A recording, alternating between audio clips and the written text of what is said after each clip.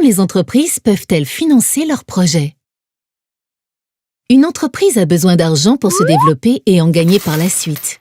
Par exemple, elle doit pouvoir acheter du matériel de production.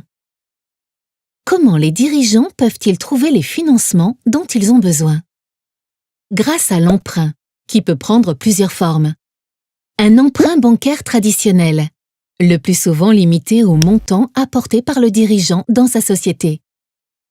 Un prêt d'honneur ou avance remboursable, proposé par exemple par une région ou une institution, souvent à faible taux d'intérêt. Un emprunt obligataire émis par l'entreprise. Une obligation est une somme prêtée à une entreprise par un particulier ou un organisme contre intérêt.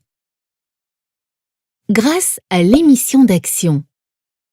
Lorsque l'entreprise émet des actions, elle vend une fraction de son capital, c'est-à-dire une partie d'elle-même. L'acheteur a deux motivations. Il espère que les résultats de l'entreprise permettront de lui verser des dividendes. Il espère revendre ses actions à un prix plus élevé que celui auquel il les a achetées.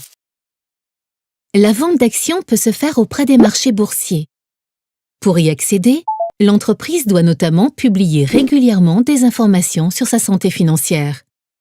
Elle doit donc recruter une personne spécialisée ou faire appel à un cabinet extérieur, ce qui représente un coût important. La vente des actions peut également se faire directement auprès d'investisseurs. Cela s'appelle le capital investissement. Il en existe différents types, aux différents stades de la vie de l'entreprise. Le capital amorçage, qui va permettre de financer la création de l'entreprise et des premiers produits. Si les investisseurs sont proches du dirigeant, parents ou amis, on parle de love money. Le capital risque concerne principalement les entreprises innovantes, qui peuvent potentiellement gagner beaucoup d'argent rapidement, mais qui ont un risque important d'échouer. Dans le cas d'investisseurs privés, appelés business angels, ils apporteront aussi leur réseau et leur expérience. Le capital développement s'adresse à des entreprises déjà rentables qui ont besoin d'investir pour accélérer leur croissance, en s'implantant à l'étranger par exemple. Une nouvelle forme de financement apparaît actuellement, le crowdfunding. Via Internet, il permet à des particuliers d'investir directement dans des entreprises, en actions, prêts ou dans une moindre mesure, en dons.